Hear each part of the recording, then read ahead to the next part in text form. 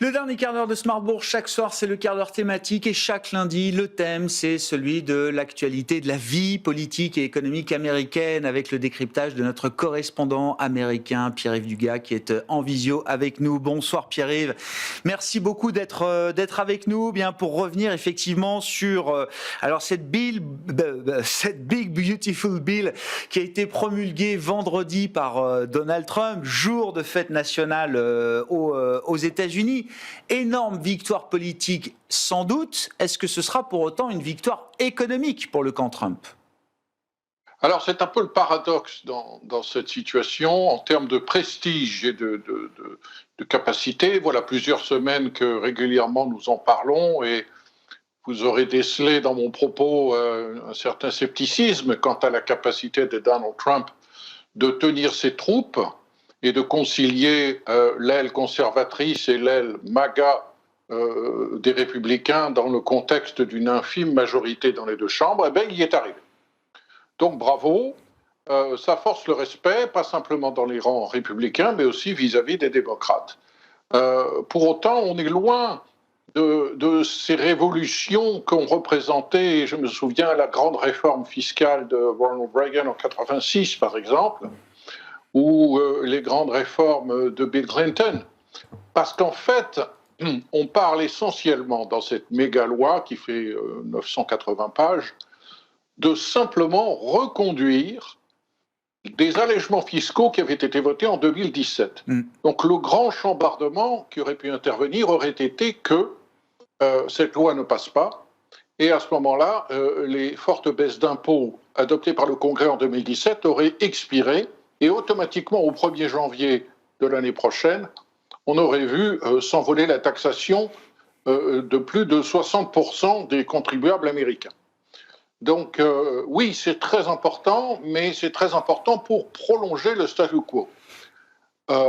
Deux éléments de stabilité que l'on pourra, enfin au moins pour l'un d'entre eux, que l'on pourra amèrement regretter, c'est que l'Amérique s'assoit et s'habitue à un déficit budgétaire chronique en période de croissance de l'ordre de 6% du PIB. À perte de vue, c'est ce que l'on voit. C'est assez alarmant. Si jamais les États-Unis entraient en récession, on assisterait à un recul des recettes fiscales. Dans le même temps, une augmentation des dépenses qui creuserait certainement ce déficit au-delà de 6%, peut-être 10%. On joue quand même avec le feu. L'autre bonne nouvelle dans le domaine de la stabilité, c'est que, au passage, on n'en a d'ailleurs pratiquement pas parlé, on a relevé de 5 000 milliards de dollars le plafond de la dette publique. Donc le Trésor américain dispose maintenant pour de longs mois de toute la marge pour continuer d'emprunter et donc continuer de payer ses intérêts. C'est une bonne nouvelle, on ne peut que s'en féliciter. Qu'est-ce que les économistes et les modèles économiques nous disent sur la contribution de cet énorme paquet à la croissance? Peut-être 0,2 ou 0,5% net de croissance de plus l'an prochain.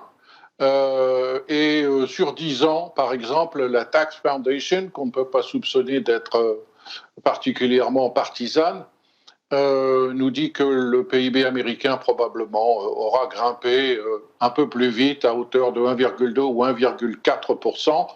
Tout dépend bien sûr de ce que sera l'effet de ces majorations de droits de douane sur le pouvoir d'achat et sur la croissance.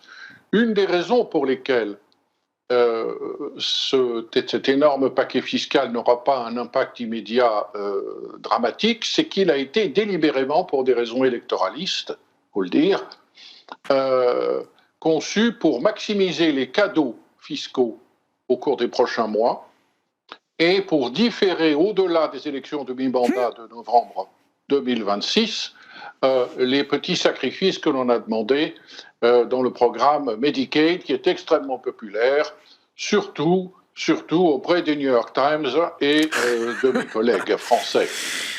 Bon, donc une loi plutôt bien designée. Alors sur le plan économique, on verra quels sont les fruits de ce déficit permanent américain. 1 euro ou $1 de déficit génère peut-être un peu moins de croissance aujourd'hui qu'il ne pouvait en générer il y a encore quelques années. Et puis bien designé sur le plan politique. Mais là-dessus, j'avais assez peu de doutes. Restons d'ailleurs dans le domaine politique, Pierre-Yves. Qu'allait-il faire dans cette galère? Alors c'est ce que je disais en introduction. J'imagine que si Elon Musk s'était arrêté chaque fois qu'on lui a dit ça ne marchera jamais, il serait pas allé bien loin. Donc là, tout le monde lui dit qu'un troisième parti, le parti de l'Amérique, ça ne marchera jamais. Quel est l'objectif d'Elon Musk d'ailleurs avec la constitution de ce parti de l'Amérique, Pierre-Yves? Est-ce que vous connaissez, Grégoire, c'est le quiz du jour, monsieur, je vérifie parce que je ouais, bah alors... monsieur Chase Oliver. Non, bah, pas Avez-vous encore. entendu parler de Chase Oliver? Pas encore. Non, non. Eh bien, moi non plus. Moi non plus, jusqu'il y a quelques heures, quand j'ai commencé à préparer cette intervention. Et il y a déjà des tiers partis aux États-Unis, des quarts partis. Le parti libertarien existe. Il avait un candidat aux élections présidentielles, il a fait 0,42%. Il y a un parti écolo, il y a un parti vert. Le docteur Jill Stein a fait 0,58%. Donc cette dichotomie, non, c'est pas vrai, ça existe déjà et ça ne marche pas. Alors, Elon Musk ne peut pas être candidat au présidentiel, il est né en Afrique du Sud, il ne peut pas être président, donc son objectif est certainement de peser sur les élections législatives et en particulier celles qui se profilent pour novembre 2026, dite élection de mi-mandat. Alors là, de deux choses l'une. Ou bien Elon Musk veut faire du mal à Donald Trump parce que les deux hommes se détestent et on est dans le domaine de la vengeance. Et il va essayer de faire perdre aux républicains l'étroite majorité dont il dispose au Sénat et à la Chambre. Ou bien il veut simplement faire avancer ses idées libertariennes. Et c'est un petit peu cette alternative, ce double scénario qui nous amène à nous gratter la tête. Il y a un mois, Elon Musk nous a dit « j'arrête la politique, j'ai déjà trop dépensé dans ce domaine-là et puis mes entreprises ont besoin de moi ». La semaine dernière, il nous dit « non, finalement, cette méga bill est une catastrophe, elle ne fait qu'exploser la dette, c'est l'esclavage pour les futures générations ».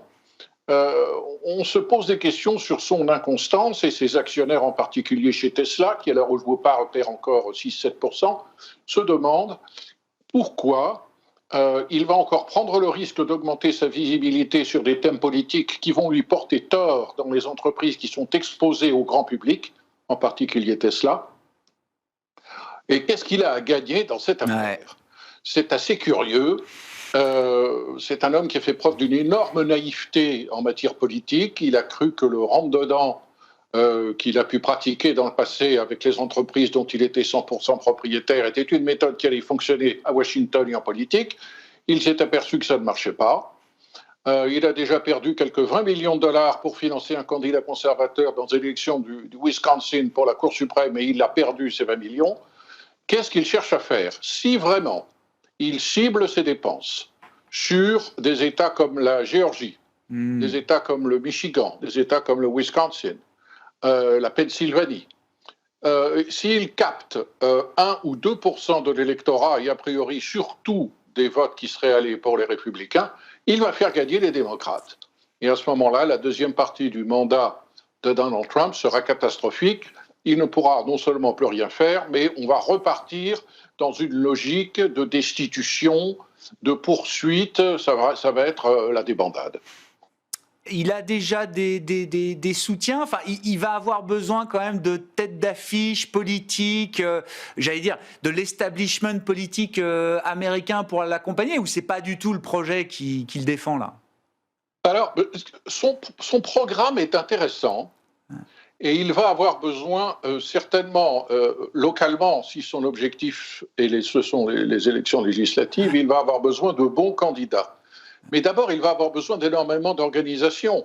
Le fils de Bobby Kennedy, qui est maintenant dans le cabinet de Donald Trump, JFK Jr., RFK Jr., pardon, a eu beaucoup de mal à se présenter dans tous les États américains. Les démocrates lui ont fait une bataille, lui ont livré une bataille terrible pour l'empêcher de se présenter. Il faut réunir des signatures, il faut organiser des primaires. Il y a toutes sortes de conditions qui sont différentes d'ailleurs dans les 50 États américains. Il faut une énorme organisation logistique pour faire ça.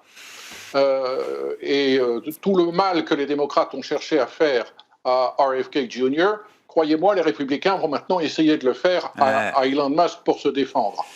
Le programme d'Elon Musk est intéressant. Il dit on peut faire d'énormes économies en robotisant les dépenses du Pentagone et les dépenses militaires. Il ne croit pas aux avions, il croit aux drones. Il faut massivement investir dans l'intelligence artificielle, dans le domaine militaire, pour faire des économies dans le budget du Pentagone. Ça, c'est un discours qui peut-être peut séduire certains républicains. Le problème est que si le budget du Pentagone est si grand, c'est que les entreprises de la défense sont dans toutes les circonscriptions des États-Unis et que chaque élu américain est fier de dire, vous voyez, en termes d'emploi, les dépenses militaires, ça nous rapporte. Bon, ben voilà, il y a un pari de plus, j'allais dire, dans l'univers d'Elon Musk, celui de la politique. On verra jusqu'où ce parti de l'Amérique mène Elon Musk et ceux qui le suivront. Merci beaucoup, Pierre-Yves. Pierre-Yves Dugas avec nous chaque lundi dans le quart d'heure thématique de Smart Bourse, en direct sur Bismart for Change, bien sûr, à la télévision via vos box et à retrouver en replay chaque lundi, évidemment, sur bismart.fr.